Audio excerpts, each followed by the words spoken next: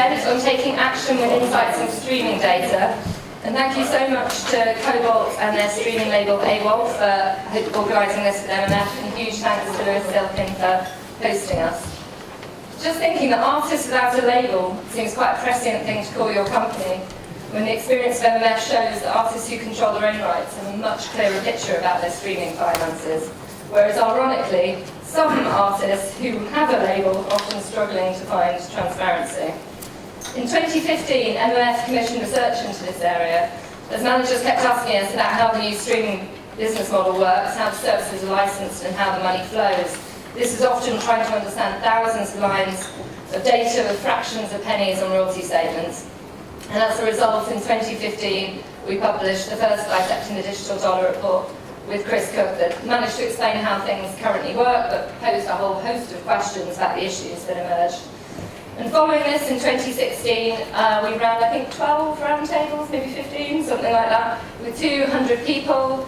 John held them in the US and Canada. We went to France. We talked to people all over the UK, talking about the issues, and we've heard over and over again the need for much better and actionable streaming data that is also clear and transparent. And there's a strong desire from artists and managers to work with companies who innovate to meet this demand. And Kobalt with AWAL is market leader in this space.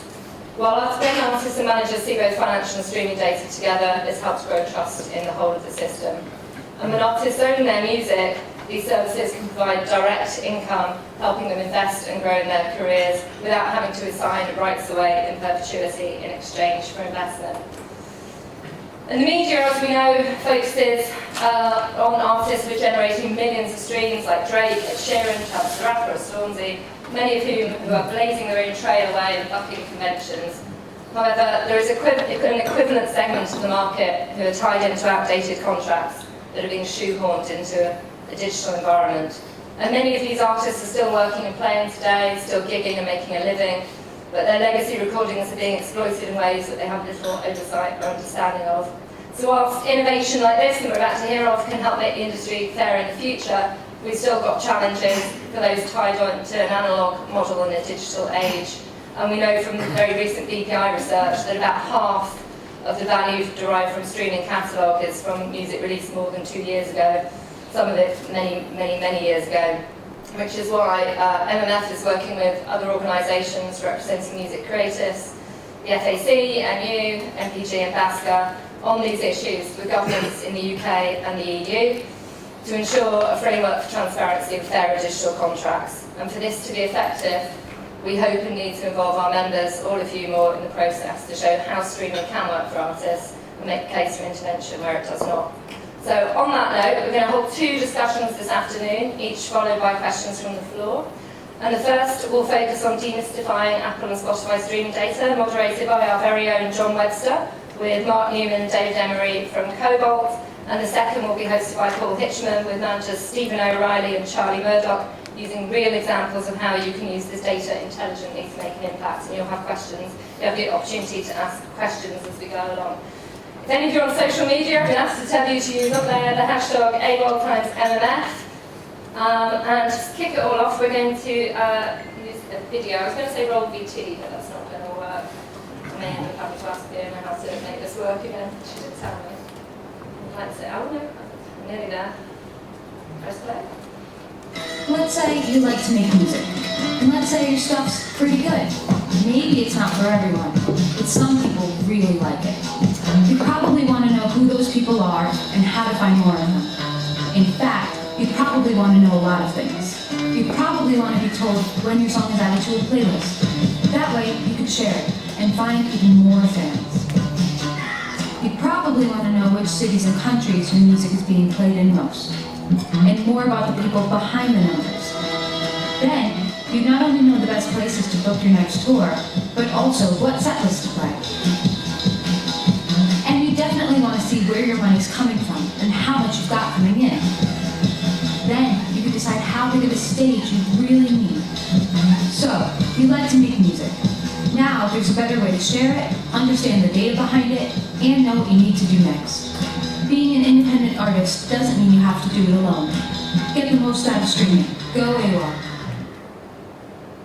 Great, good afternoon. I'm very glad to see a packed room. The importance of data is something the MMF has been frankly banging on about for a number of years now, from our induction courses to training modules, so it's heartening to partner with someone like Kobalt, who was so as innovative as Kobalt on this issue. I'm joined by Mark Newman, Product Manager for AWAL KLS, and David Emery, VP Global Marketing Strategy, who's going to take us through the data that is available from the likes of Apple Music and Spotify. If there's anything that you really don't understand during the thing, then please ask, but it's only if it's going to stop you enjoying the rest of it. We'll have time for questions at the end. So Mark, let's start with you. You've developed an app that pulls together Apple and Spotify streaming data. What's a manager going to see when they access this app? So we started the project towards the end of last year to try and take advantage of kind of all the different usage data that we got in from the different DSPs like Spotify and Apple. And the result of that project was the AWAL app, which we released about 6 weeks ago, I think. So within that you can see some of the data that we're getting from those partners. So Spotify and Apple are the two partners at launch. You can see basic streaming data, you can see listener data, who's listening to your music, how old they are, gender, where they are in the world. You can see where those plays are coming from, so whether it's Spotify or Apple application, whether it's from playlists or albums, collection lists and things like that. So it gives you a big overview of your whole kind of streaming catalogue. And that's for both artists and labels, whether you just got a single artist or multiple artists. And do people have to opt in to have that data, or do they just by joining Spotify and Apple, or do they have to say, I want to use my data? No, so that we get sent that data for all the artists that we have on the label. So if you're an AWAL artist, you can go to the App Store, you can download the app for free, and you can see what I do. Okay, and are there places or anything that's still secret, as it were, or is it? Do you know absolutely everything about every screen these days? We don't know everything about everything. I'm trying, but we do the best we can. It does massively depend on who the DSP is. So usually Spotify and Apple, Amazon, Pandora, they all do slightly different kinds of things. I would say Spotify is probably the leader in that kind of market at the moment in terms of the transparency of the data we get. And lots of the other DSPs are now working on data feeds or APIs for us to be able to tap into. So at some point in the very near future, then we're going to know everything about anyone. Yeah, I think that's probably the way the world's heading at the moment. It's lots of data about everything. I think the key to that is knowing which bits are important as we start to get deluge of data from Spotify. The danger is that we just went down rabbit holes and start looking at vanity metrics that aren't particularly important. Well, no, I mean, we did, sorry? Okay, okay. So we did one of the digital dollar panels, and that's Annabelle was talking about in America last year, and a manager put their hand up and said, I don't have time to look at all this data. And I said, you don't have time not to look at all this data. So there's an awful lot out there. What does a manager need to look at? What do they need to focus on? I mean, there's kind of going back to the point that Mark was talking about before, like we know a lot about a lot now, and you can really see as a manager like what your fans are actually doing. Whereas previously, it used to be like, oh, we sold something. That doesn't really tell you about what your fans are actually doing. It just tells you that you got to a point where you actually got a sale, and then that's it. That's the last thing you know in terms of the recordings about that purchase. So now you can see how your fans are actually listening to it, and over time it's like, are they just listening once, or are they listening lots and lots of times? So, like for example, you hear a lot about playlists, and playlists are a massively important thing. Obviously, I think everyone in this room appreciate the value of what the sort of big playlist can do. But what you can look at from the data is like, right, is that a fan sticking around? And like, oh, you get a big spotlight, like you get on New Music Friday, for example. Does that go anywhere, or is that it? Like, did your track get exposed to lots of people and they went, maybe not? Or, oh, actually, you can see that there's repeat listens, it's like sticking around, that there's interesting kind of data from that. Like, that actually might be worth looking. Should we look at data at this point? Bring some stuff up the screen? Because I think we've got some data that we can kind of have a look at for a couple of our artists that we've got approval for. And I think Verite is probably a really good example to look at for kind of this this exact thing. Yeah, I think there's a really good point about it. It's changed the whole relationship that you have when you're marketing an album or something. Previously, if you can get someone through the door with HOV and get them to hand over £10 for a CD, that was job done. And it didn't really matter whether that person then went on to listen to the album or not. It's kind of a dirty job. Whereas now it's much more a kind of longer-term relationship. It's about getting somebody engaged with an artist or with a track and then continuing to be engaged for a long period of time. Oh, sure.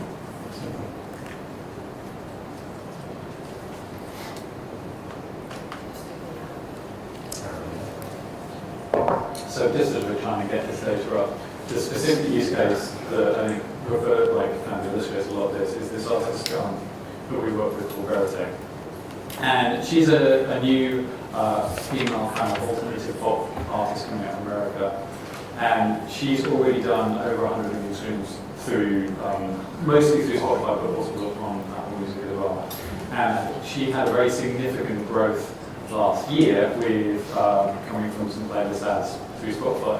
In particular, she did one track which was a cover of the 1975 song, which got on today's top hits, which is Spotify's biggest playlist. And it's kind of very representative of like what happens when a track gets on these playlists, but then also you can see what the knock-on effect for her has been after that's happened as well, which I think is those are the kind of interesting things to look at. Yeah, so I mean, you can see here, so you can see from the pretty pronounced spike when Spotify kind of really picked up on that track, and we worked quite closely with them in terms of building that through. Sorry, you're going to have to speak out. I think maybe you're Deaf old man. Just I think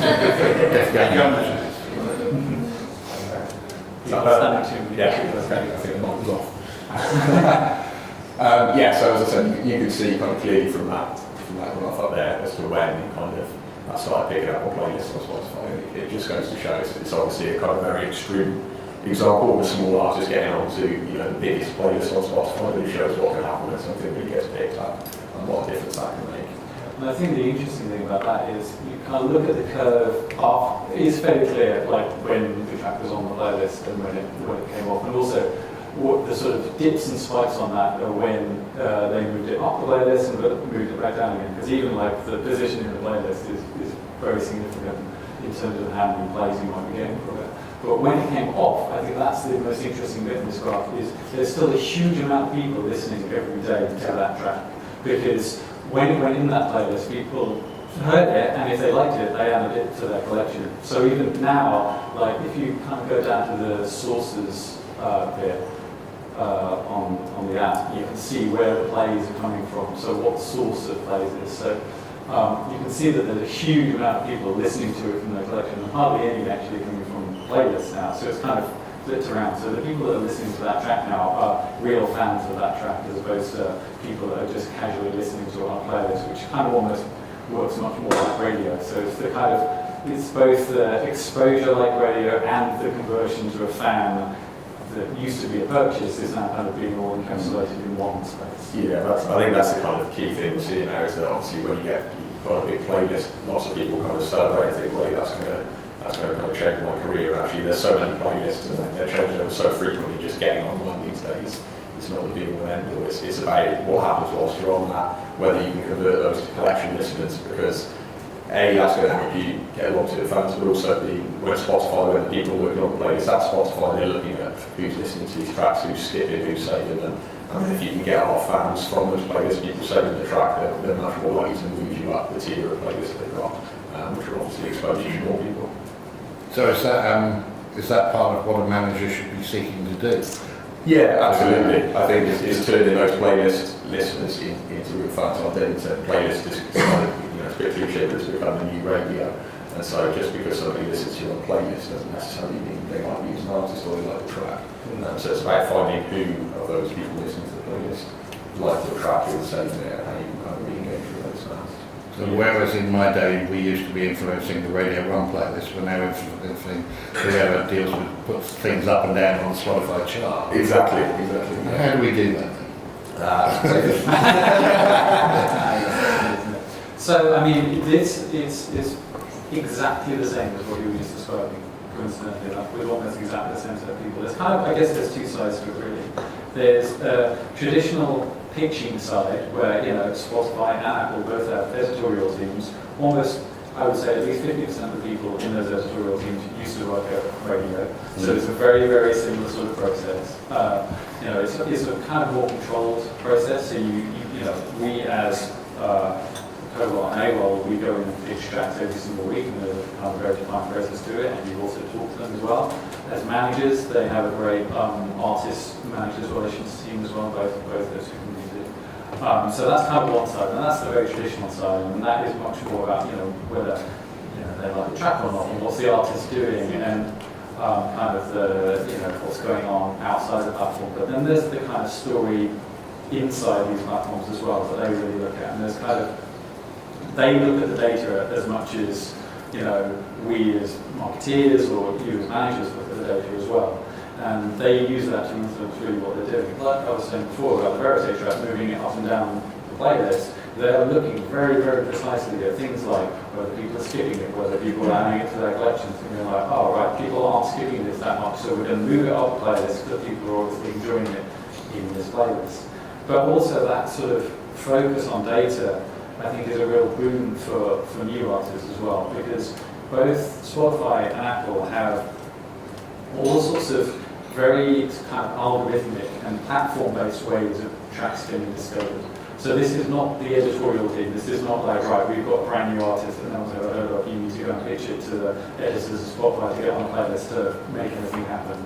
It's, you know, Discover Weekly and other playlists like that, which are really focused on like the early, like looking at really early, like small levels of data on their platform and going like, right, okay, we can see that maybe only 500 people are listening to this track, but they all added it to their collection. So we're going to algorithmically expose this track to more people and see if it works. And that can be incredibly powerful in terms of, you know, naturally exposing a track to the right sort of audience. And we're seeing this time and time over again. It's like the platforms can naturally support a track, and then you can take that data to the editorial team and go, look, we can see there's a great amount of Discover Weekly activity going on Spotify for this track. Therefore, you should support it because people on your platform like this track. And it's a very, very powerful message to be able to give back to them.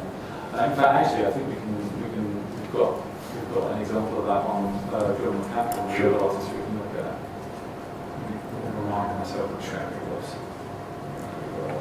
So I think it's a good point about using the data to pitch. I think one of the things that you can do these days that you couldn't before is that you can get much more targeted in your pitch.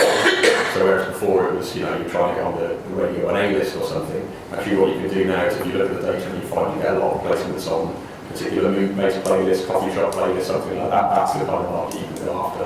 And you can be smart about where you're kind of using your time. So if you want to pitch to someone, and you've got a song that fits a particular type of mood-based playlist, you want to try to spend your time pitching it to people who are likely to put you on those playlists rather than trying to get on the big general kind of hot playlists. So it just allows you to kind of be a bit smarter in the way you work it. Yeah. It is yours to keep, I think that's the one I was thinking of. So if you have a look at the graph of this track, it's really super clear. Like actually even the 28 days view is the easiest way to see it, is those spikes are on Mondays. And so every single Monday that track is having a big spike, and it's coming from playlists, but it's not coming from a playlist. Because the way Discover Weekly works is every single person has their own Discover Weekly. So all of these people are discovering that track through their own personalised playlist. And you can really, really clearly see, like, right, every Monday this track is growing and it's having a big spike and people are listening to it.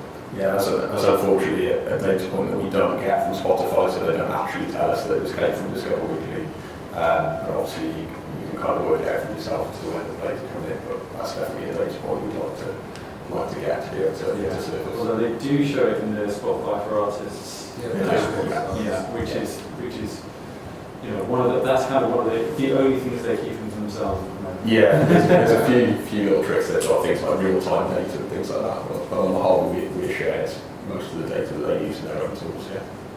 So are we seeing people then sort of playing the field with Spotify and Apple these days? You know, you've got someone told me last week, I avoid putting out new music on Fridays anymore because it's New Music Friday and everyone else is doing it. So I've started doing things on Tuesday because I'm going to get a clearer run at being the new track. Is that happening more and more? Certainly, I mean, Fridays are like there's a the shift to Friday release days are all now.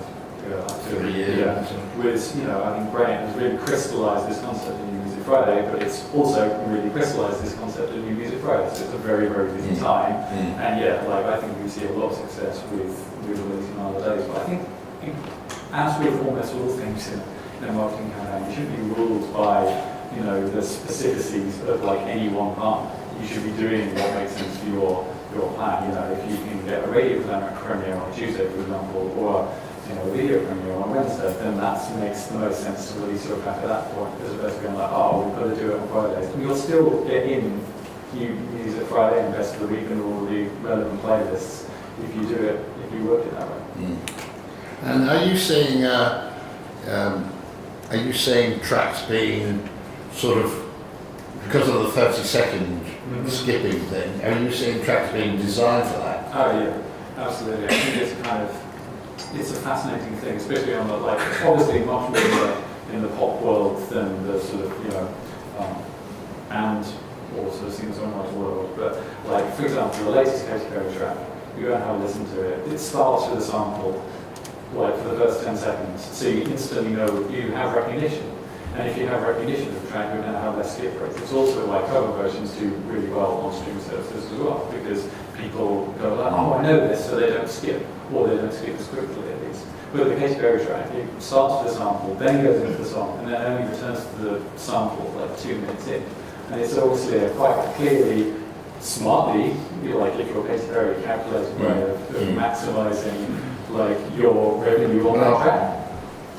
It goes back to in my day, you take a record of Radio 1 thing, you need something they like in the first 30 seconds, you were out the it's the same thing. But it's the same thing, except it's fans, it's listeners, it's actually the people at the other end doing it. It's the evolution of the radio idea, I think, really. Songwriters have done this for a long time, but they know what works and what song structure works, but this is the first time they're actually taking, playing data and kind of feeding that back into the system. Is that going to lead to, or has it already led to homogeneity now of pop music, or just manufacturedness? At least, is a 7-minute Bohemian Rhapsody suddenly going to appear and be a huge smash? I think you've seen that trend over the last 25 years or so anyway, songs getting shorter and things like that. I think there's a certain market for music that definitely will. Pop music is kind of, it's engineered to get a specific reaction from people in some ways, and I think they've got better at doing that, it's become an art form. And so I think they'll use the data to do that, but I don't think it necessarily stops other types of music existing outside of that level. Okay, so you showed that one of that waveform graph. I mean, are there specific things that managers can? That was one thing. Are there many things that managers can look out for if they, because managers are always busy and they've always got only a certain amount of time. Are there certain things that they should be looking for? I mean, obviously spikes in place, but what caused that? Yeah. And I suppose that's the first question. Well, yeah, exactly. I mean, with the sort of tools like the AWAL app, you can definitely find out the answers to questions like that. But also, it's you've got to go looking for it in the first place, which is a kind of coming back to your point, which is why certainly from our point of view, we're trying to really push things like, for example, the app has push notifications when you get added to big playlists, to try and make sure that you know when stuff's going on, as opposed to having to be you don't have to check the app every day because again, do you have time to do that? It's much more right, this has happened, let's have a look and kind of figure out what the ramifications of that are and what this means for your track or your artist, and kind of see where that's going. And also, I mean, kind of looking at other, you can look, there's a whole bunch of factors that are kind of interesting around the track, like whether, where are people listening to it from? Is it all from playlists, or is it actually from their collections? And if it's lots of people listening from their collections, that's a real great indicator that these are real fans out there listening to the track, as opposed to kind of quite casual fans. And you can kind of start drilling into where are these fans, and whether that means that you can start thinking about how that impacts live, or vice versa. How live is it actually impacting how people interact with your music nowadays?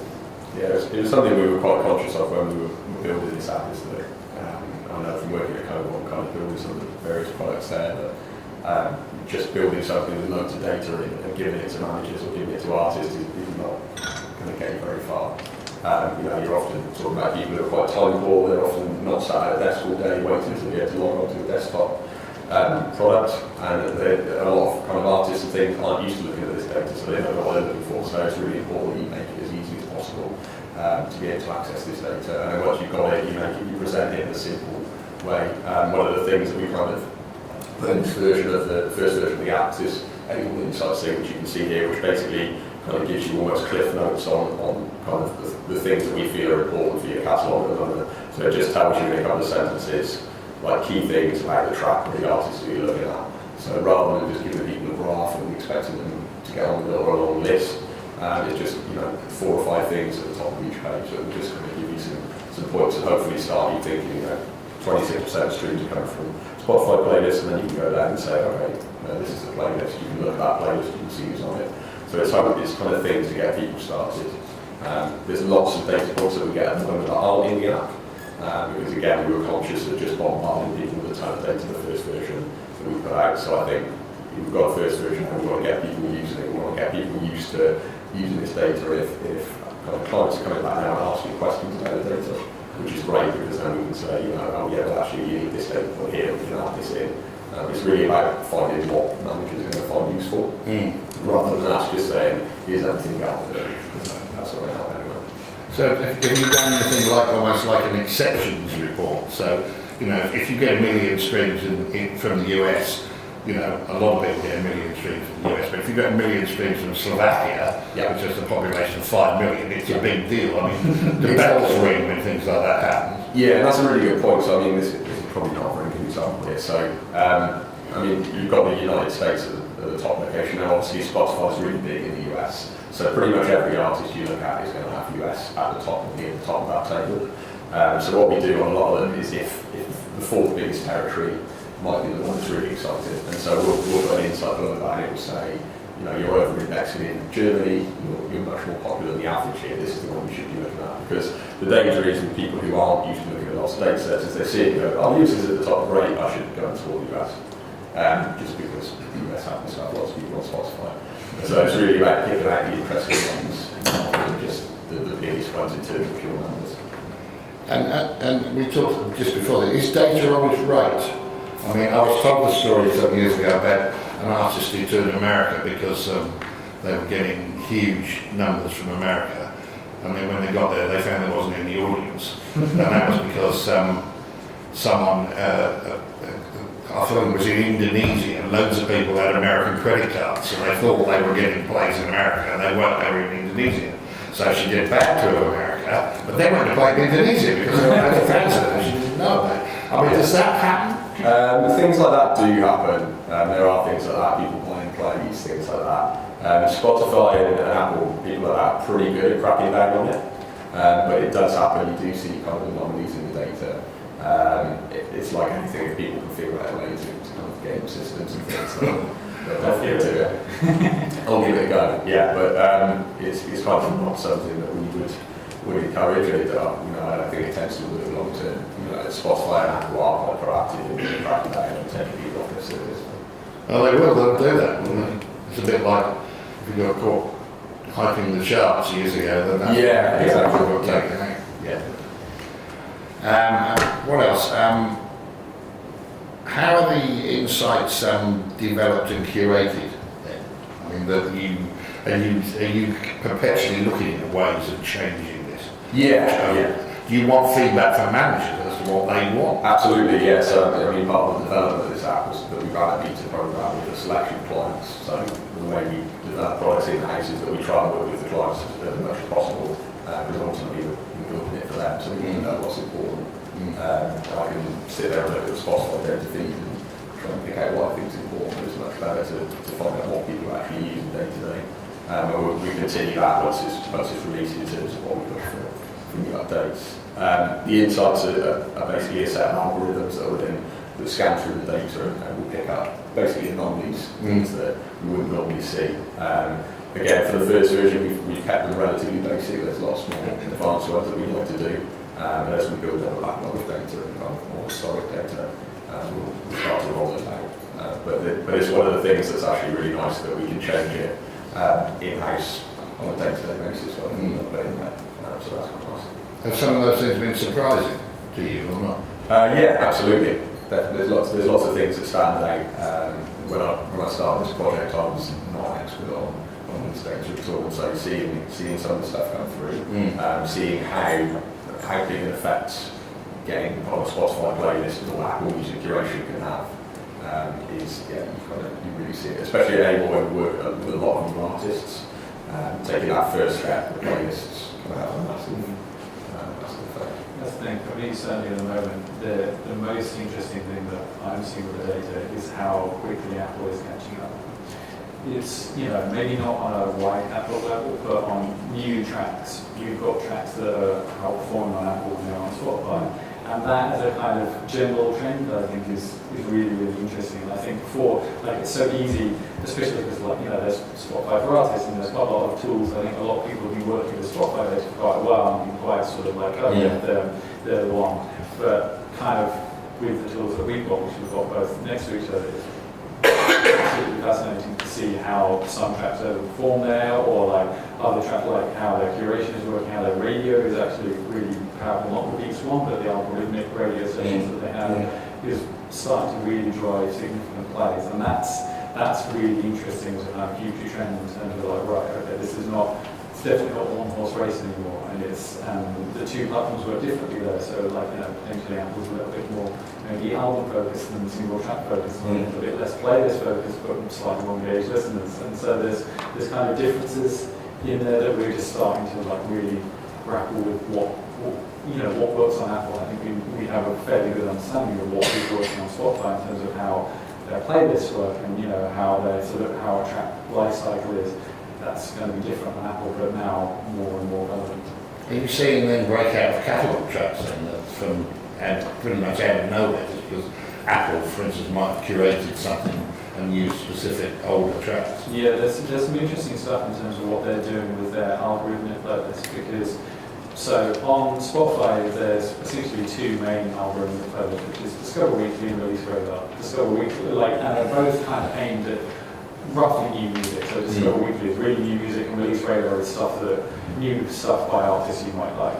Whereas on Apple, the two algorithmic playlists, one's my favourite mix and one's my new music mix. I can't remember that. One's basically their equivalent of Discover Weekly, and one's actually much more about tracks that you might like that you've already listened to.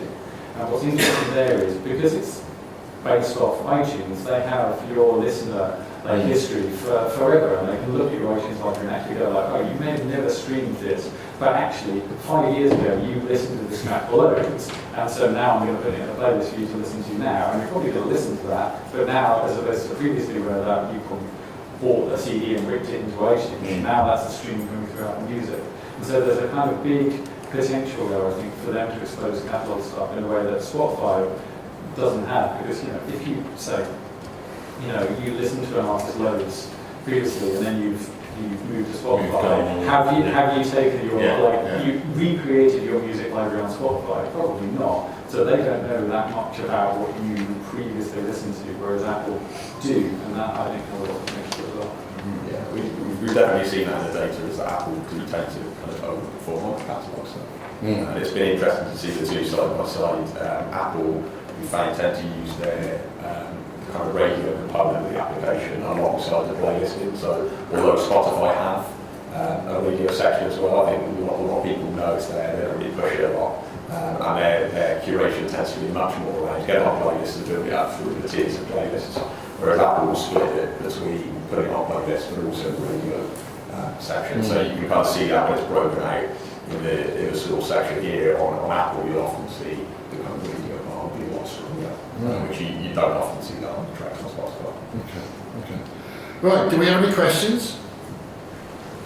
I'm sorry. If you're going to run around. Hi there. I think when you're on Verity and looking at the source data in there are quite significant plays coming from the other section. And it was like 37%. What is other? So actually, I I'll just have to show you. So it's basically things that we don't get reports on specifically, so that's like charts that are on Spotify. It's often playlisting things like Discover Weekly Release, for example, that they don't report quite right. And there's also kind of unspecified, which is like errors, which might be where you go offline listening or you go through a train tunnel and then the playlist will get quite linked right in their system, so it will come through as unspecified. Huge tracks as well, I think, isn't it? Yeah, cube and offline stuff, they tend to, it kind of gets reported weirdly, so it goes into an unspecified.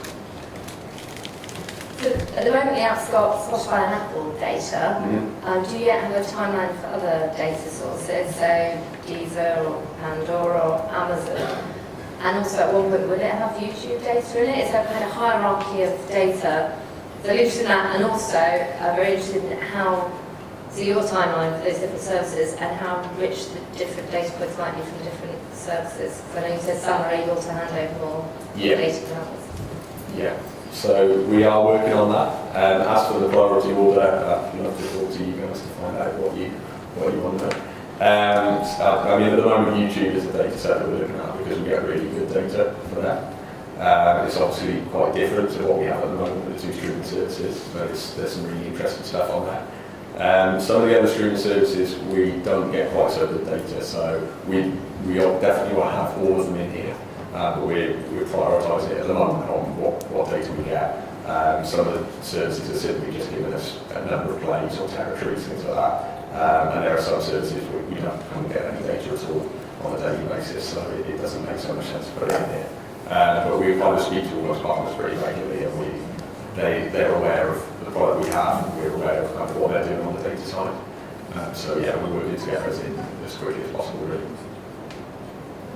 Just on the Verite example, it seemed from the stats, and similar, you could keep that up as well, only 1% came to that track by search, only 1% by the artist, and only 1% by the album. From that stats, it's, not knowing anything else, it suggests that the song is being really well managed, but maybe the artist not so. There's a kind of huge caveat to that. Good question. Which is totally your responsibility as AWAL. You manage songs, you don't manage artists, so it's not an accusation, it's not. Oh, no. It's interesting. There's search, for example, is actually a really interesting thing to highlight, because actually we always see incredibly low results on search because of the way search works on the platform. If you think about when you search for something on Spotify, you very, very rarely actually press play on the search page, and that's what that stat means. So if you click through from the search page to the song page, then you're just playing the track. So it kind of is misreported. Similarly for... What, you don't know where it came from? Well, no, then it will show up as like an album play or an artist play if you click through it. Now for let's see what we're looking at here, Jordan. So like obviously he's a new artist, he's very much in that discovery phase, and so a lot of his plays, certainly on Spotify, are coming from the curated playlists, and that's kind of where he's at as an artist. And I think we'll see like the artists come out, like that's actually I think really good for a new artist. But if you look at someone like a more established artist, you'll see the artist and album or like the stats much higher, and similarly the kind of curation stats much lower. And actually, it's a really good point, because that I think the source of where plays are coming from is probably one of the most useful data points to kind of look at in this whole thing, because it really tells you what is going on, like how are people consuming this? Are people actually naturally engaging, or are they is it more in that sort of exposure radio style situation right now? And every artist and every track is going to go through a bit of a life cycle of exactly that. But I think the Verite example earlier was that track's been out like over a year now, and been on some big playlists and isn't anymore. And so the kind of stats are really coming from collections from people that have saved it to their library. People aren't really discovering that track so much now, so the kind of things like the artist page and the album page are much lower, because it's kind of been through that phase, but people are still listening to it. So kind of slicing each track and where it's at, it kind of all of these stats are either good or bad depending on the kind of time. And we try and reveal as much of that sort of stuff in insights as we can. It's like, hey, right now for this track, this is really good, so you should kind of pay distinction. Yeah, I think as much as anything, it's the way the Spotify application is built. So it's very much built on listening to tracks, listening to playlists. Troy Carter was doing an interview the other day, and he was saying that the last 5 years have been about building, Spotify service for fans, and the next 5 years he seems to be about making it more artist friendly. And I think they realise that they do a great job at the moment at building a playlist and making that track, really big. But what do they do after that for that artist's career? I think that's something they realise and they're looking at. I think everybody in music at the moment is figuring out how do you take that playlist out and turn it into something longer term, so it doesn't just fall off a cliff as soon as you're on today's topics. So the question is then, you've got to ask what does that mean when it says this is a lot? Do you define those things? Do you put those bits out there? I mean, when you said does it come from search, and it doesn't.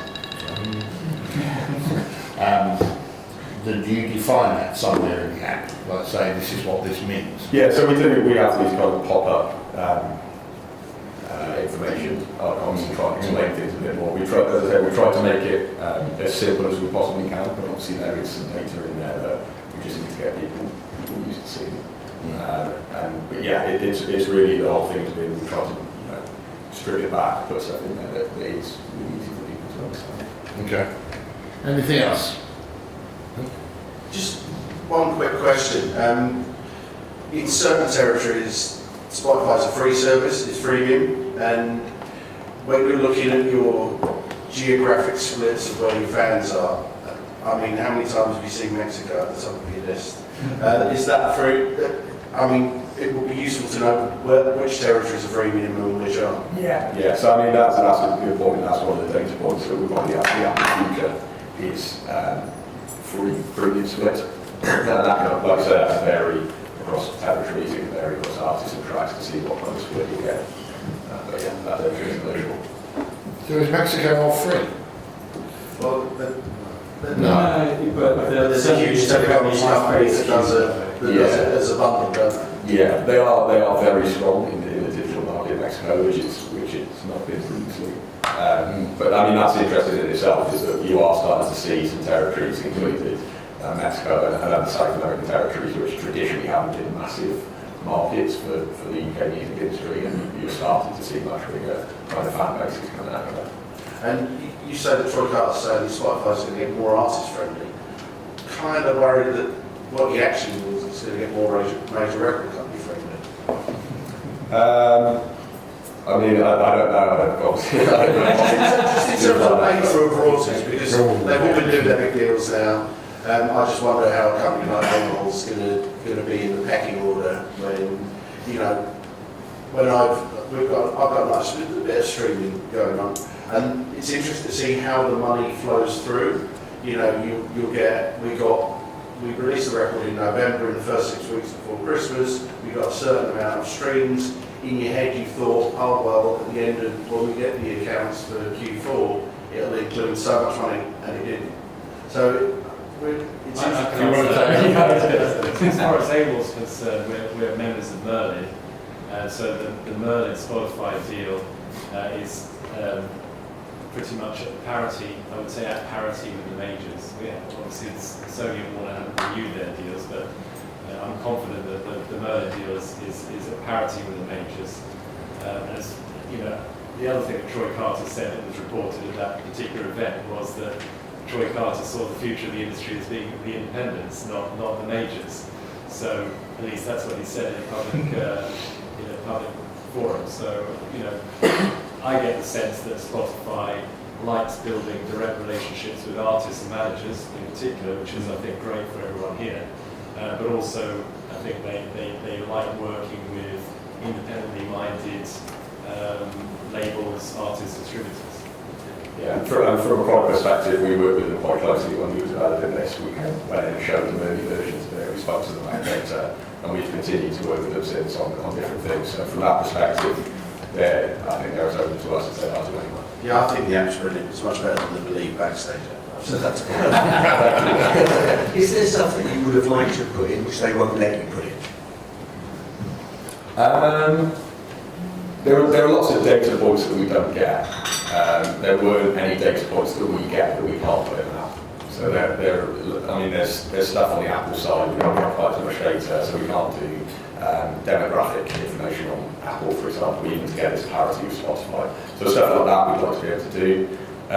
Is it possible for you to convince them that that's a selling point for them?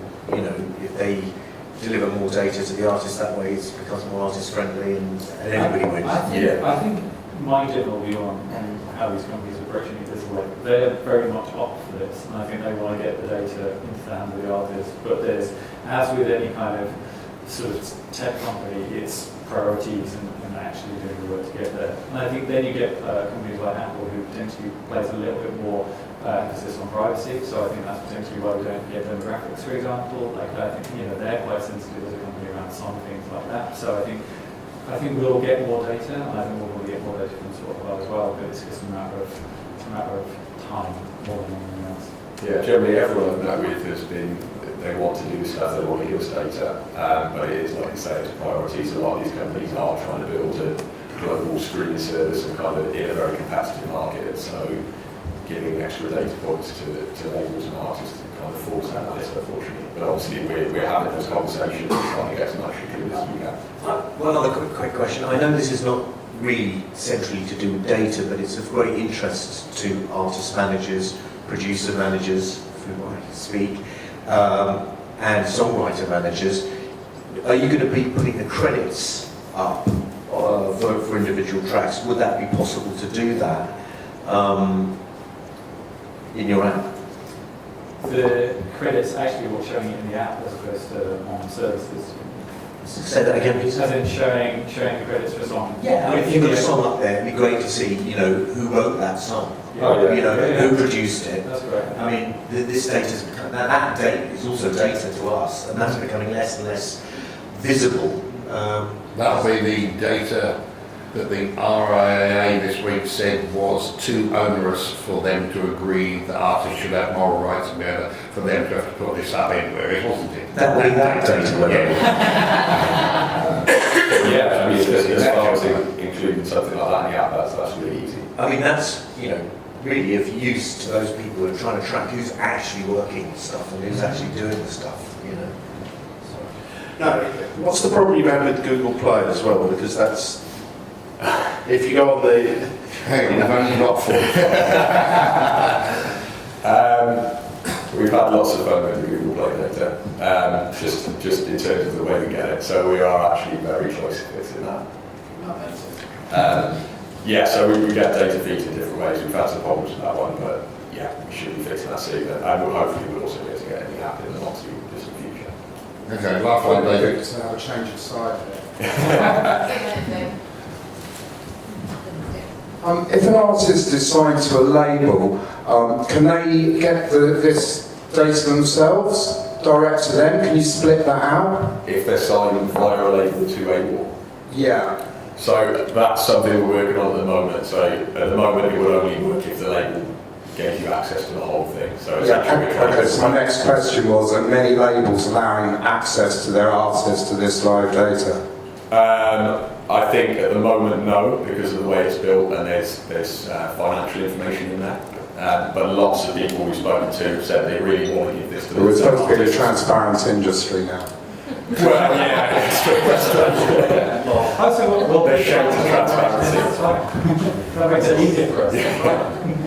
No, so at the present time, that is something difficult for you to happen within the app to separate out that information. Yeah, so at the moment the label gives you access, you're going to see all their artists. Or they won't give you access, yeah. So it's something that we're working on. The first time we showed it to a lot of our label partners, that was the first thing they said was, I want to be able to give it to so-and-so's manager and not show them all the other artists we have. Yeah, I'm continually asking for that. Yeah, we're working on it. Thank you. And at that point, we're going to end part 1, and now I'm going to pass over to Paul Hitchman to talk about the impact of streaming, which obviously will include anything you want to ask about money. Thank you very much.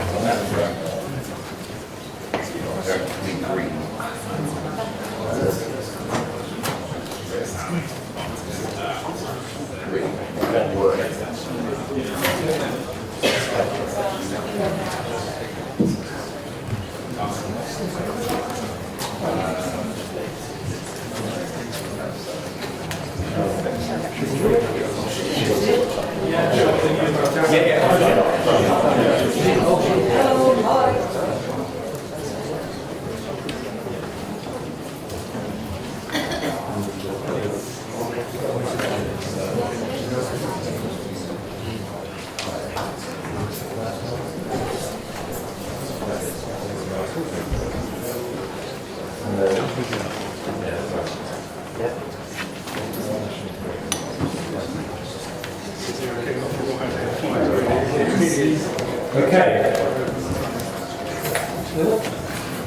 So that was part one, and in the next part, what we want to do is go from the theory, which was pretty much what we've been listening to, which is about the data itself, the data science behind it, and the theory, and actually talk to a couple of managers who are day-to-day using data to make decisions, to create some more real-life examples about how to use the data, why use the data, and what to use it for.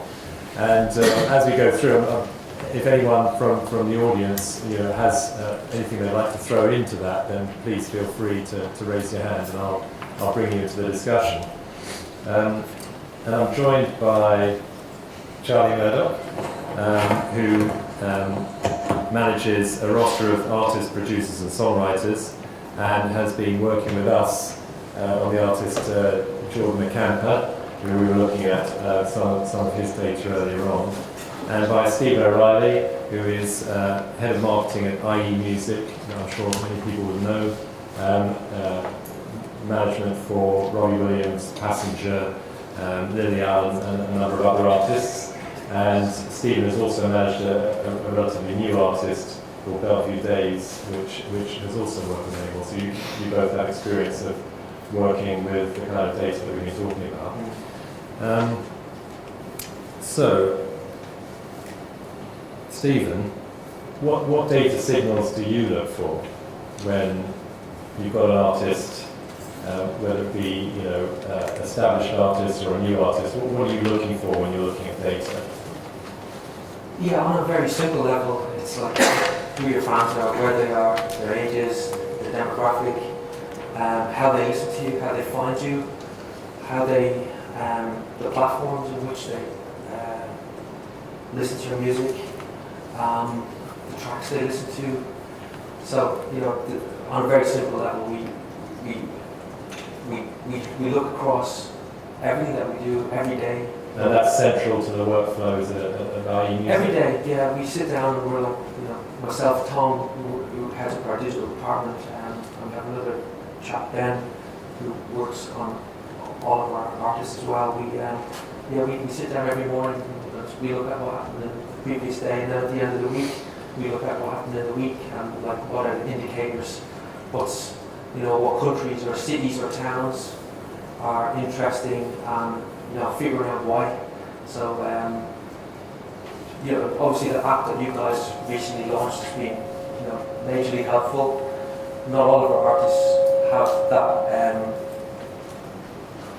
that kind of ease of access to data. So it's been a bit of a game changer in many ways.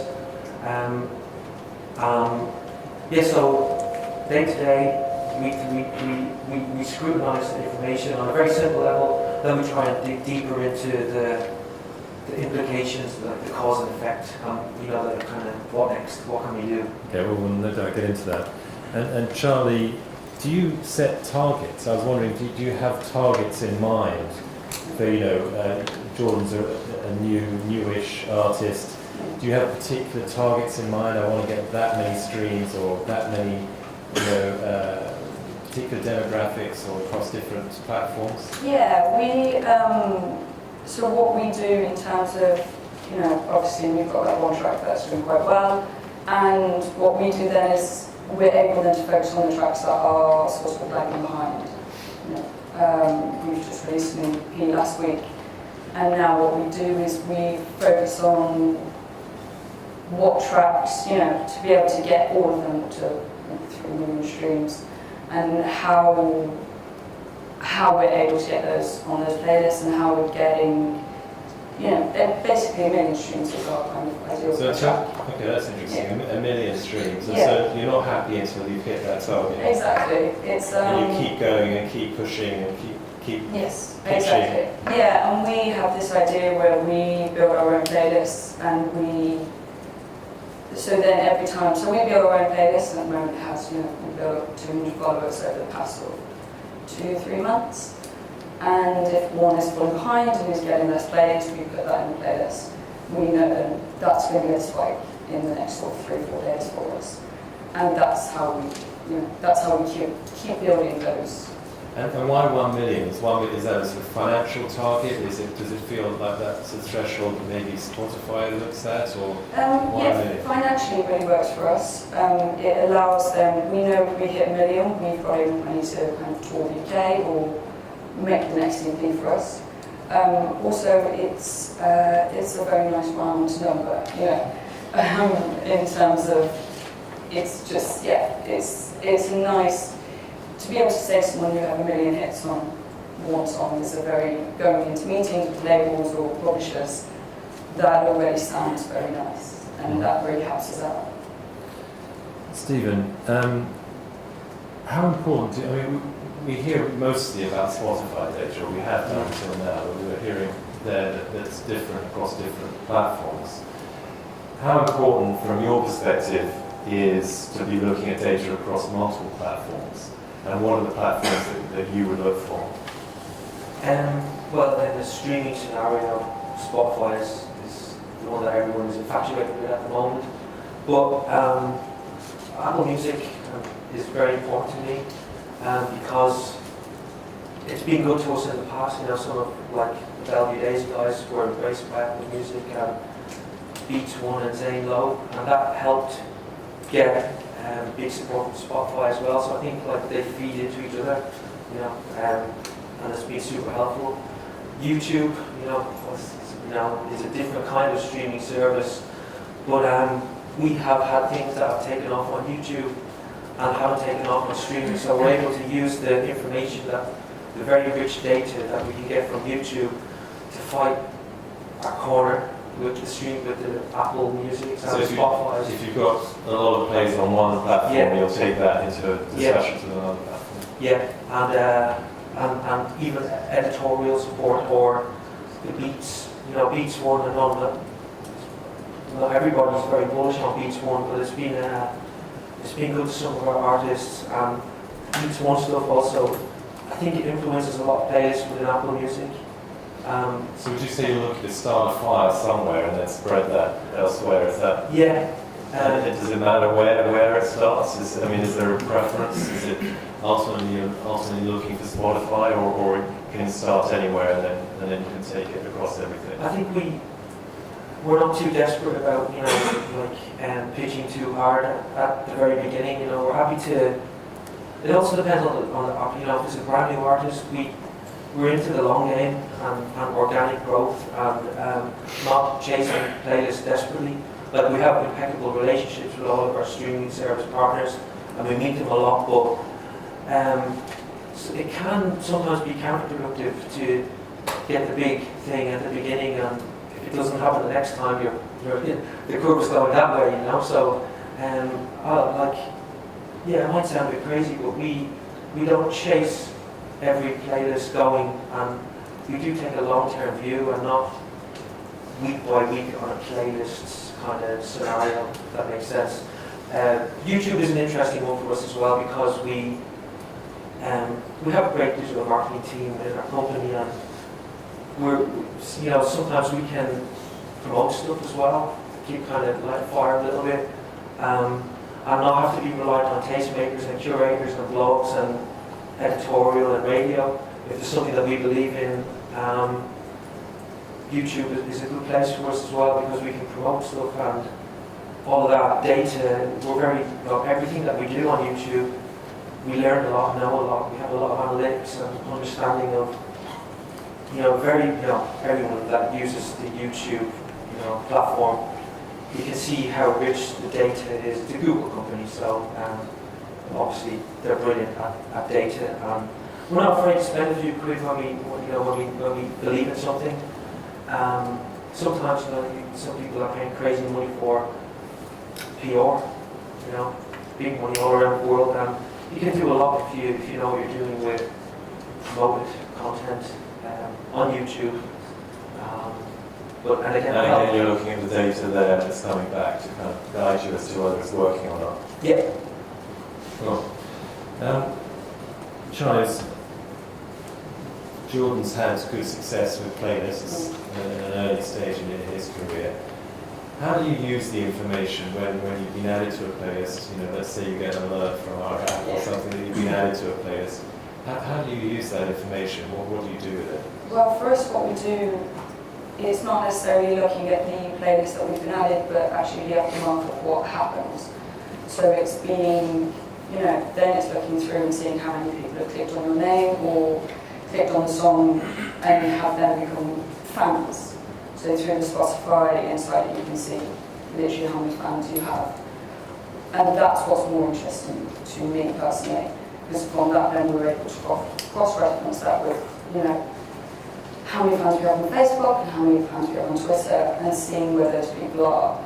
So it's, it is lovely always to be added to playlists and to get that many streams, because financially that really helps. But actually what then is of interest to me is the interaction, and then how that is translated into real life, people buying tickets and people going to his shows and people tweeting about him. For me, it's a lot more about the aftermath of the Do you tell the fans of an artist when that artist has been added to a playlist? Yeah. How do you do that, and what effect does that have? So across all social medias, we would post that, upload it, tag everything as possible as you can. And we find that we get really good interaction on it, in terms of just likes and favourites and retweets. Whether that has an effect then on the playlist and people go and follow the playlist, I guess Spotify or Apple know that. But presumably Spotify and Apple would be happy if you're Yes, promoting of their course. playlist. I think in the long term it garners you support from the streaming networks. If you're pushing it quite hard, and we have we have quite a nice section on our website where we always put up the playlists we've been added to. Right. Picking up on that a bit further, Stephen, do you take that data? I mean, I'm sure you have direct relationships with Spotify and Apple, talking to them on a regular basis. Do you, push the data back to them, their own data, as it were? Would you, if you're going in to meet with Spotify, would you go in armed with data about Spotify data about what's going on with your artists? We go in informed. I think it's probably not a great idea to go in. Here's the paperwork, here's the evidence. Right. You need to do this, that, and the other. I think they enjoy the fact that you have done your homework and your research. And I think when they see the artist and they believe in it, they will get behind it eventually. I don't really go into them with here's the because I remember when Louis van Gaal came out to all the journalists with the Sam Allardyce in Manchester, played the ball long, he came out with a wave with the paper and the evidence that he got off to. I think it's kind of rude to go into Spotify with that kind of data. And I enjoy going in and talking to them. And it's more about the relationship. I think it's about the relationship. I'm not lobbying desperately, and I think when they believe in you and they get it and they see the long-term picture and they want to know what's next, and they have a long-term understanding of what we're doing and what we're up to and the music that's coming afterwards as well. So not like we don't never think one song at a time ever. Right. So thinking beyond streaming then, Charlie, the data useful when you're talking to, let's say, promoters, agents, brands, other types of partners in the industry? Yeah, well for us that's actually what we mostly use all the data for. We take the idea of who are our fans and who are repeat listeners and who are physically clicking on your names and kind of cross-reference that with the people who have liked on Facebook and where they are in the world. So then you know, Jordan's out on tour at the moment and he's very randomly named Stroud, which sort of I had to Google what that was. But we chose to go there because going through the analytics, we looked through and it found that we had more listeners in Stroud than we did in a major city in the UK. So I was sitting with my booking agent, able to sit there and say, well, we're going to sell a lot more tickets here than we are in any major city, which now as a result means Jordan doesn't play to empty rooms anymore. You know, you want to try and hit all the major cities, of course, but if you're going and there's actually only 10 people repeatedly listening to your songs, you're losing money. And for us now, our touring is financially viable because we know where to go. And in the long run for us, if we hit those sort of smaller towns, knowing that there's listeners, when we move to the larger cities and move to larger venues, we know they're going to travel for us. And then on the back of that, I've been able to work with other managers now and kind of cross-reference all of our data. So now myself and 2 other young managers with artists who are about the same level, are able to book a European tour together with 3 acts playing together, and it opens up the world a lot more because we're able to, it's financially viable now for all of us. So and that's been off the back of data that the 3 of you have looked at? We sit down once a month and we go through everything. We go through all our Facebooks, Twitters, we cross-reference where our kind of fans overlap. One's doing very well in Germany, one's doing very well in Holland, Switzerland, and what we do now is create a tour where over a month we can put 3 artists in one van with 1 tour manager, 1 sound guy, and all of a sudden these 3 artists who wouldn't have been able to go to Europe for the next 2 years because it's far too expensive, you actually make a profit from it. It's not only, you're not going to lose money anymore, which for us is, that's amazing.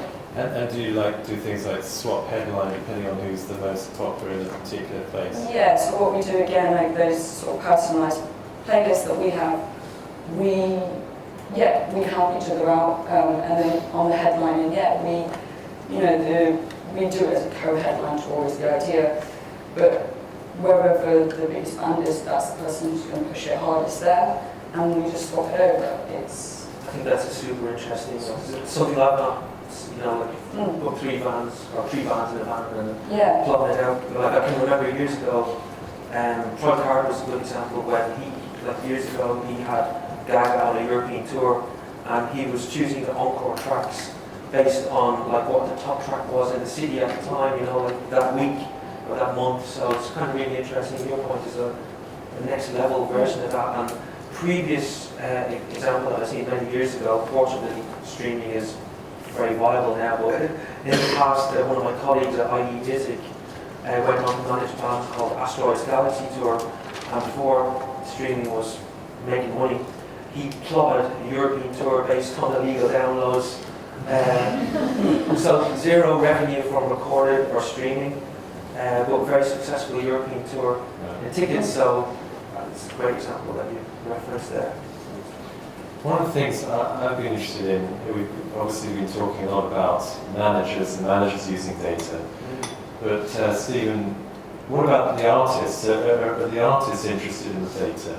And if so, what data do you find that they're interested in? So one thing that we started doing over the past year was, as the data has become a bit more idiot-proof or easy to interpret, initially on a desktop. No, but it has to be idiot-proof, for all of us. And then it can be as complicated as you want it to be when you need it to be.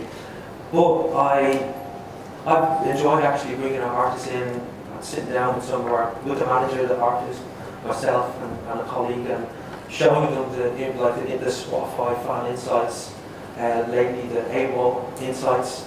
And it's a real eye-opener because they look at it and they say, who else did they listen to? And they look at the track, so even our artists say, oh, maybe I should do a collaboration with that guy, or that's my, they listen to this other track by this person. So they find it really interesting, and it's been. What about the demographics and the territory information? And yeah, all of that, demographics, city, sex. You know, some people with, you know, some of our artists, you might think their audience is, they have a perception that this is their audience, but actually it's completely different to what they would ordinarily. Sometimes it doesn't even match. You know, the people that turn up to your live show might not be what your consumption habits are on streaming. So it's very interesting to them, and I actually think it's been one of the best things that I've done from a marketing position is when all artists are in, here's what's going on. It's really fun. And have you found a similar thing? Yeah, for an artist like Jordan, who's been, you know, developing over, I guess 3 years now, I've been working with him.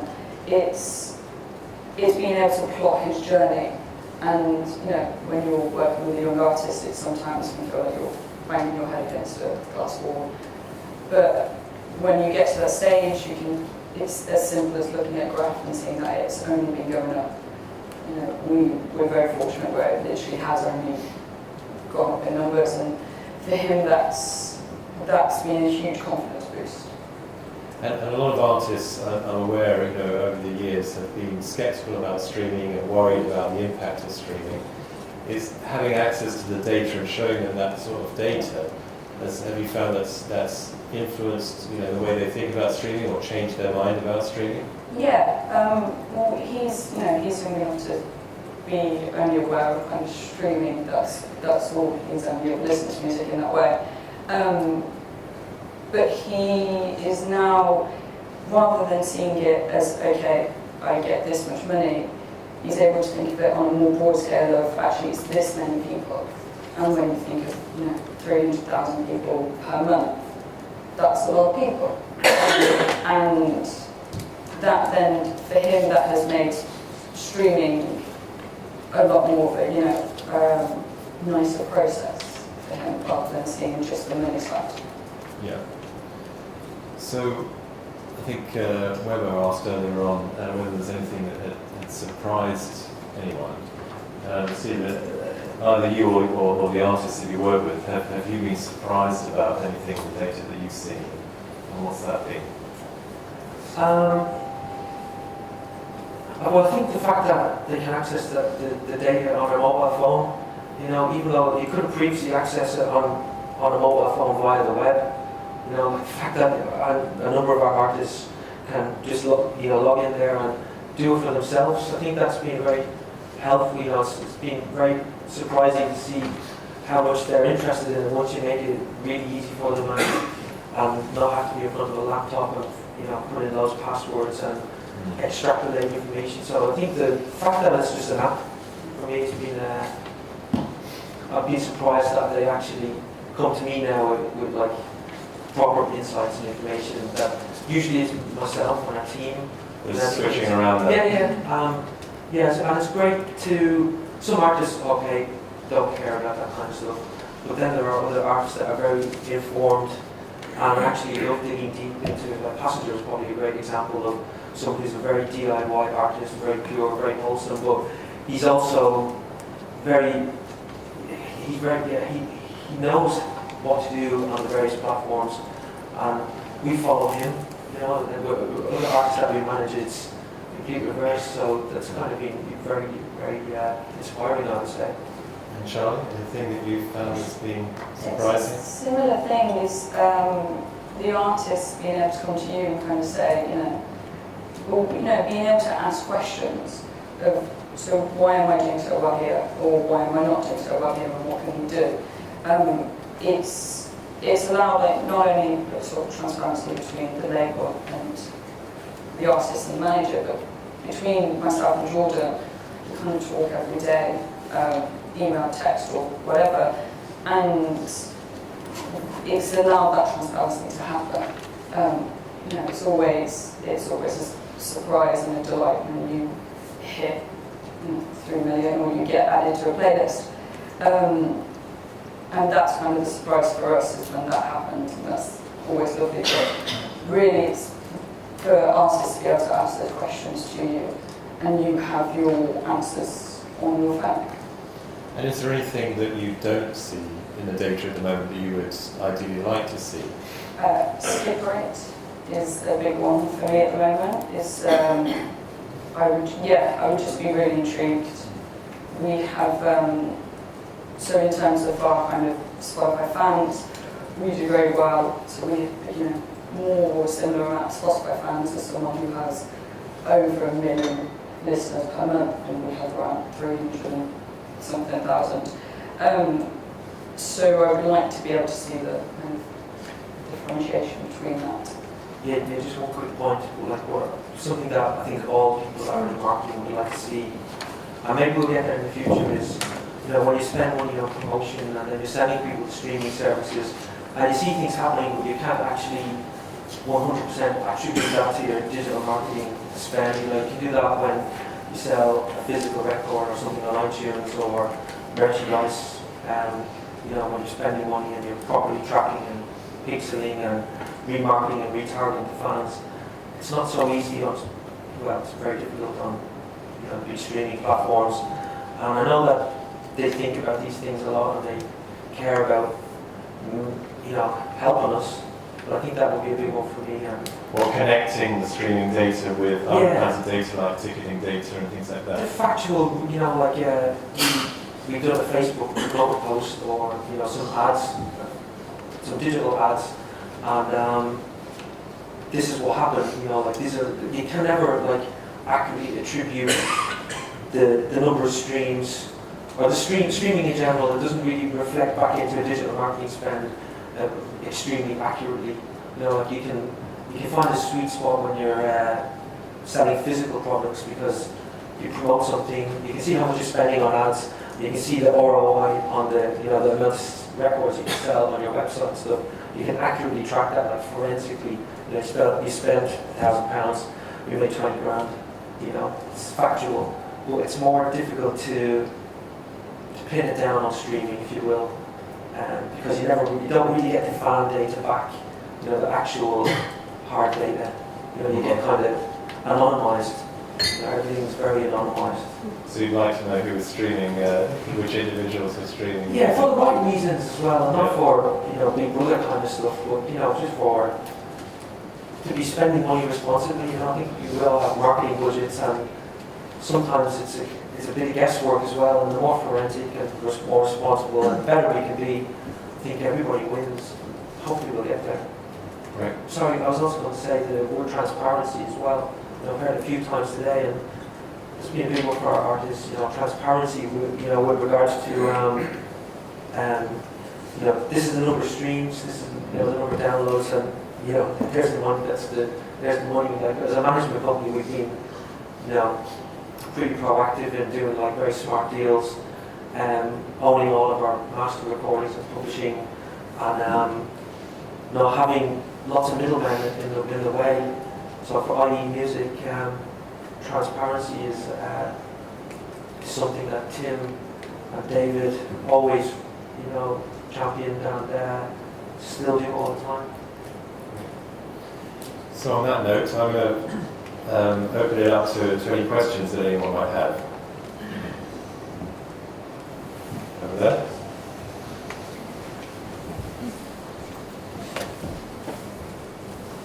Thanks. We heard earlier about using the data to see how, after someone's been signed up to a playlist, to follow and see how many of those fans are actually, invested in you. And then we were told, we can use that to engage with them. But do you have any tips for how we can engage with those engaged fans? I'm not sure I followed the question. Can you try and rephrase it? Sorry. Yeah, of course. Okay, so you're on Spotify and you can see that you've had X number of fans that are listening to a track on a playlist, but then it's taken off a playlist. But those fans after it, do you remember the graph? Yeah. It's like, right, those are the fans you need to try and target. So I'm wondering if you have any tips on how to only target those fans once that you've come off the playlist, or does that make sense? Yeah, it makes sense. It's a good question. It's probably a difficult one to answer. We started using Linkfire about a year ago. We found Linkfire a great tool for remarketing and retargeting and understanding like consumption habits for our fans.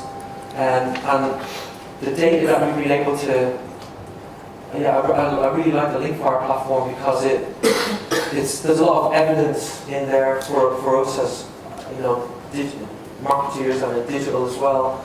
So I might, if you want to try the Linkfire as a platform, I'll happily talk with you outside about it, but Linkfire has been a great tool for us. Like literally every time we share something socially, we always use Linkfire. We don't really send people to like, check this out on Apple Music, check this out on Spotify. We just try and make it very idiot-proof for our fans. We don't try and send them down services that they don't use. So, and the Linkfire stuff's been useful for us. So the idea there being to give people an easy way to find the artist's music on Spotify, and then to potentially follow that artist on Spotify and connect. Yeah, or whatever platform they choose. Platform. But when they click on something, it's all gone into a big pot of information that we go back and look on, and every single thing that we share socially, it's actually gone into a big pot of data that we're analysing. Yeah, so Linkfire might be a useful tool for you. Okay, any other questions? Does anyone, I'd be interested to know if any managers, have used data themselves to kind of make decisions, and if so, if they had anything they'd like to share on that. Over here. We looked at some streaming data, and one of our artists seems to be performing very well in Amsterdam. So we made an inquiry with. I'm very new to analysing data, but we made an inquiry with the promoter, got an uptake, and we actually got out there with a gig with 25 committed fans, which probably doesn't sound like a lot, but it actually, it's moving you and it's taking there, and we didn't lose money, so I suppose that's the same sort of thing. Yeah, it helps. It's a good example, like Spotify are opening up more opportunities for managers, with being able to email fans, your top listeners in certain cities. Sorry. So like you might have seen some like a year and a half ago they allowed the Foo Fighters to email their top fans in certain cities, and we're having discussions with them and everyone else is around how you can talk to Spotify users on email or in different ways, by city. They've rolled it out on maybe 10, 15 different occasions. It's kind of similar to what you're talking about, but actually they're enabling artists to reach out to fans, but they're doing it on your behalf, so they're not going to give you their details, they're emailing them from their platform to the Gmail. And they charge for that? No, they still do it. I heard they were stopping doing it. No, they've rolled out other iterations of it as well. Like they're testing the waters with various things, and maybe they will cease that kind of one, but I know they're working on various. They're also working on some programs around ticketing, combining ticketing with who owns following. Well, they've got Songkick, and they're doing a big deal with Ticketmaster as well, so expect to see more on that front. On the Songkick subject within the Spotify app, is there any figures back on actually what is converting into actual real ticket sales? No, and I don't. I think that obviously it's not huge. Otherwise, there'd be press releases. But it's a challenge and an opportunity, I guess. Is how do we make it simpler? Well, it's not easy to buy a bloody a ticket on your mobile phone as well. So that's probably another reason, that you listen to your music on Spotify, but try and buy a ticket on Ticketmaster. Probably not as easy as it should be, and it's not perfect, and I think it will become easier in the future. People like DICE have a great mobile-friendly application, and Ticketmaster are heavily interested in making it easier to buy things on mobile. And right now I think everyone's been a bit disappointed in the conversions, and the same with merchandise. If you remember, like a couple of years ago, they rolled out. The merch stuff has been very disappointing, and I think everyone will be very honest about that. But I'm excited about the opportunity in all of those things, and it's how do we get there, soon. Yeah, talking of the opportunity in this day, did you have something else? No. Talking of the opportunity and broadening out slightly, I question whether streaming has reached a point now where newer artists can really develop their careers and have a viable business on streaming. Charlie, I know you've been working with newer artists and been looking at it that way. Have you reached the point now where artists like Jordan can actually develop a viable business that's self-sustaining just through streaming? To an extent, yes. We're able to, we are able then to go on tour and make the next EP. However, it's not a viable solution in terms of, him being able to quit a job. For us, it's, and the thing that I focused on the most, and that idea of them being able to go on tour with other bands and making it financially viable, is closing that gap between a passive listener to then turning them into a fan on Spotify and then turning them into someone in reality, basically going from online to actually reality who physically buy tickets. And it's shortening that gap for us, and that's exactly it, the merchandise for us would be hugely helpful, and I don't know how many tickets you sell off the back of the song Kick Again. For us, it's trying to work that out. And people talk about mobile first, but are you streaming first, would you say? Yeah, I guess so. I guess it is. It's streaming is our main source of income, but we now equally focus on streaming as we do on touring. So Jordan now is on a 20-day tour, and he will do that again at the end of the year. We now weigh up both equally. Okay. Any other questions? A question really when you asked something before. It's just that. This goes towards you as a kind of wish from an independent music manager. If you can develop insights, use SoundCloud stats as that's where the music manager's heart jumps. I can see which A&R listen to the track, which booking agent did, and I love this. If they are open with their account info. Well, that's good feedback, good to know. I think we are certainly looking at different platforms and the data that we can get from different platforms, as Mark was saying earlier on. And we're looking at all the different use cases, and they are very different. I think the SoundCloud use case is quite specific, and I'm sure would be valuable. Okay, thanks everyone. I'm going to hand over to Annabella.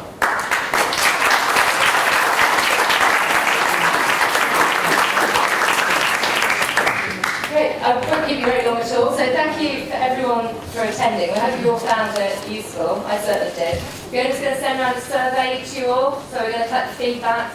Personally, I think it would be amazing to do something like this again, maybe in 6 months' time or whenever it works, and as the data comes aboard from new services. So once we start bringing in the data points, because I think we'll have more and more case studies, more examples about what people are doing that we can share with our membership. Just going to do a quick plug for what we've got coming up with MMF. We're developing a dissecting the digital dollar streaming calculator. So if anyone's ever used a mortgage calculator, you put in a load of assumptions and it sort of tells you payback over time. We'd like to do something similar which shows with artists and labels over time the streaming income where the payback starts to kick in depending what type of deal you've done. So we'll be testing that. We want to develop and test it with you. Really like your input. Also with Chris Cook, who's been going around talking to a load of management company, coming up with a list of when we say transparently, what exactly do we need? What data points exactly do we want and which ones are we missing? And we hope to share that back with you so it's the kind of conversation that you can have with the labels you're working with to see how transparent they are. And we may end up coming up with some kind of benchmarking, transparency benchmarking index eventually. A couple of points that came up here. We are hoping to do something with IE quite soon for our members as well about affiliate deals and referral deals. We might do that in our new offices. Fora, which are over in Clerkenwell, about 20 minutes walk from here, and look at things like Linkfire, again about sharing information between our community. And also we're talking Spotify, particularly on the ticketing and merch sites. Some really exciting stuff going on there that's been alluded to about the deals they have with Ticketmaster, but that's non-exclusive. You can actually go in, and if you've got other ticketing partners, you can look at working with them and what data we get back. So we haven't got a date for that, but hopefully we'll get that in at some point. And finally, thanks so much to Kobalt, to Paul, Mark and David. Thank you to Fiona and Phoebe, who's done an amazing job with all the organising. And thanks to Lewis Silkin for hosting. So enjoy the drinks, everybody has.